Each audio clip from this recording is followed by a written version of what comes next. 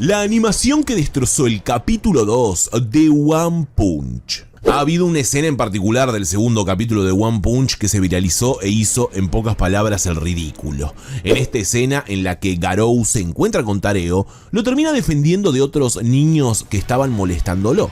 Al bajar para ir a ver cómo se encontraba, Garou hace esto.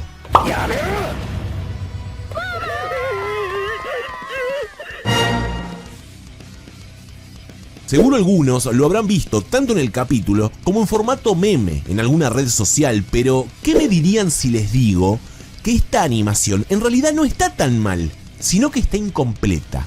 Sí, como escuchan, incompleta. Esta escena corresponde al capítulo 128 del manga y como pueden ver en esta comparación tanto en manga como anime, Garou hace el mismo movimiento.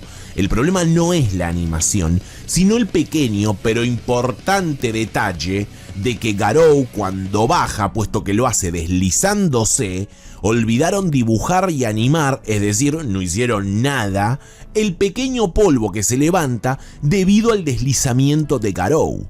Con solo haber hecho eso, hubiera sido suficiente para que la escena quede bien y no se convierta en el hazmerreír que terminó siendo. Algo lamentable, puesto que el capítulo en sí, a pesar de que a mi visión no estuvo tan bien dibujado como el primero, al menos en lo que a ese tipo de calidad se refiere, sí tuvo una animación poco más fluida. Pero claro, tristemente esta equivocación terminó tomando mucha más notoriedad que cualquier otra cosa de este episodio, siendo que fue uno en el que todavía no ha pasado nada demasiado relevante o que genere debate. Así que bueno, ojalá me equivoque, pero por el revuelo que terminó causando la escena, me da la sensación que Garou en PNG deslizándose por la colina quedará como uno de los mejores memes de One Punch temporada 3. Si les gustó y entretuvo este pequeño video, dejen su pulgar arriba en él y compártanlo.